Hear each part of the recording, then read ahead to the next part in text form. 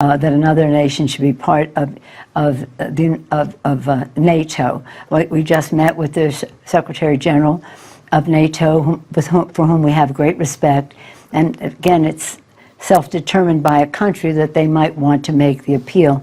It's up to all of NATO to decide. Because President Biden and many Democrats, as well as Republicans, want to help out the American people with a fourth stimulus check, and I cannot wait for President Biden to send it out. So Democratic senators are on board for more stimulus bills this year. This will be a big change to millions of people in the low and middle income households across the nation. More crisis relief is going out, everybody, so we should be looking forward to this. So we have some big news. It's that Manchin is starting to turn up the heat on another round of President Biden's Democratic spending bill. Manchin has ramped up his calls this month to step up taxes on the richest people in America. Manchin actually told the Wall Street Journal, "I respect Kirsten Sinema and what her concerns may be, but I think basically our financial situation is getting worse and not better. So we better have a better way of looking at it." So that there are many ways to pay for such ideas that do not include tax rate increases that could hurt small businesses and our economic competitiveness while we continue to emerge from a crisis and economic downturn.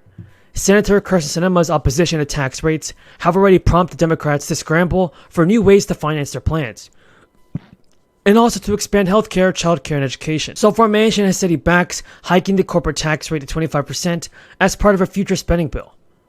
So what are your thoughts on this? Will Joe Manchin get it done? And the different changes, demands from both senators underscore the difficulty and tricky path ahead for Democrats trying to move forward with President Biden's spending bill. Manchin has already said that he would like to see changes made to the version of the bill that was passed in the House of Representatives. It's also important to remember, everybody, that lawmakers need all Senate Democrats to support another package to push it through the 50-50 chamber. And the good news, everybody, is that most lawmakers are optimistic about getting the massive spending bill passed this month. That includes President Biden, Nancy Pelosi, and Chuck Schumer.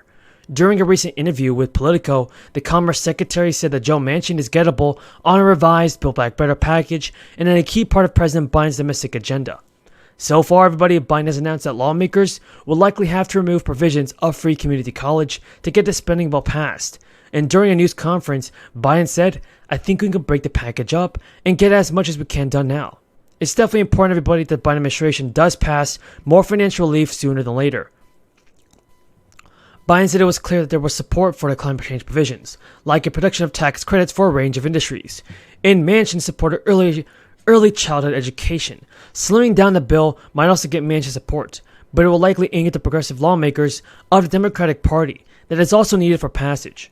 One big thing, everybody, that Manchin has already announced is that he would like to see a work requirement for the expanded monthly child tax credit payments. But other Senate Democrats had rebuked the work requirement in recent months.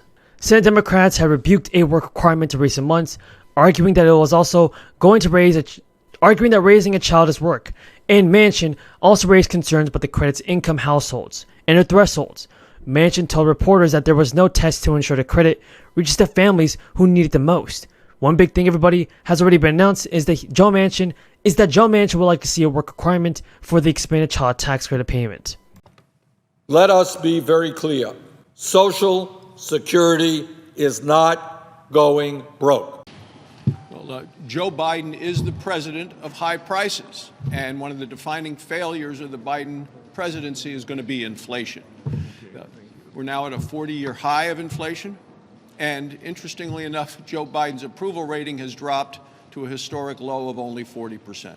40-year high inflation, 40% approval rating. Because people are feeling the pain, paying the price every time they go to the grocery store, every time they go to the gas pump. It's $1 a gallon more for gas now than it was when Joe Biden became president. Month after month after month, prices continue to go up.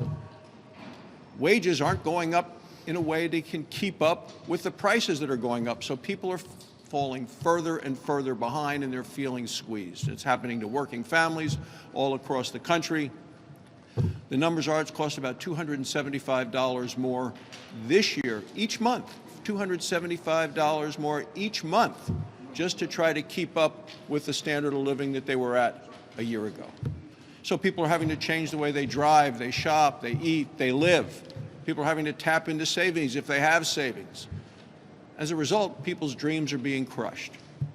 The cost of energy is really affecting people, additionally, not just from driving, but also from heating their homes.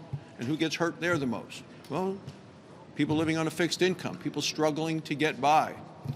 It's gotten to the point where a national poll by Harvard-Harris found that only 3 in 10 Americans approve of the way that Joe Biden is handling inflation. Only 3 in 10. That means just about every Republican, every independent, and a whole lot of Democrats aren't happy with the way Joe Biden is handling inflation. And what's his suggestion? Well, he said it again yesterday in a speech. It's going back to this Build Back Better plan with higher taxes, more expenses, more debt, more government spending. That will make inflation worse. When Americans see Joe Biden speaking, they see somebody who is out of touch and in way over his head. And unfortunately, the American people are paying for this president's incompetence. Thank you. Senator Thune. The last time you were here, I asked you a few questions on the budget. So the first one is, what is our federal deficit now, our federal debt now? Federal debt is in the 30s of trillions. Okay. And how about what was our deficit last year, and what do you project the deficit to be this year? I want to make sure I get that right, Senator Scott. I don't have the number at my fingertips. Okay. And do you know what our revenues were last year, last fiscal year? Clearly not enough that we didn't have a deficit, but again, I'll get those numbers to the committee. Okay. Now, the deficit last year was $2.8 billion. And the number, our collections this last year was $4 trillion. Do you know what our expenses were last year? Whatever the delta of those two numbers are. Okay. How about our interest expense on our federal debt? I know it's still at one of the lowest rates in decades. We still pay very little on our debt, given the interest rates have remained low for the last 3 decades. Yeah, we paid $413 billion last year, which is 7% higher than 2020. Do you know what the duration of our federal debt is? I do not, sir. Okay. And do you know off the top of your head the amount of unspent COVID money is? We talked about the state and local dollars being around $300 billion, but 97% of the pre-ARP COVID funds remain obligated, and most of the direct COVID response dollars in ARP are obligated or spoken for. Do you stay up with what the inflation rate is, the producer price index increases have been? I do. And what are they? 7%. For which recently? one? For what, CPI? For CPI. Okay. So, Ms. Coloretti, can you give us those? What's our federal debt now? I believe we said in the 30s of trillions of dollars. Okay.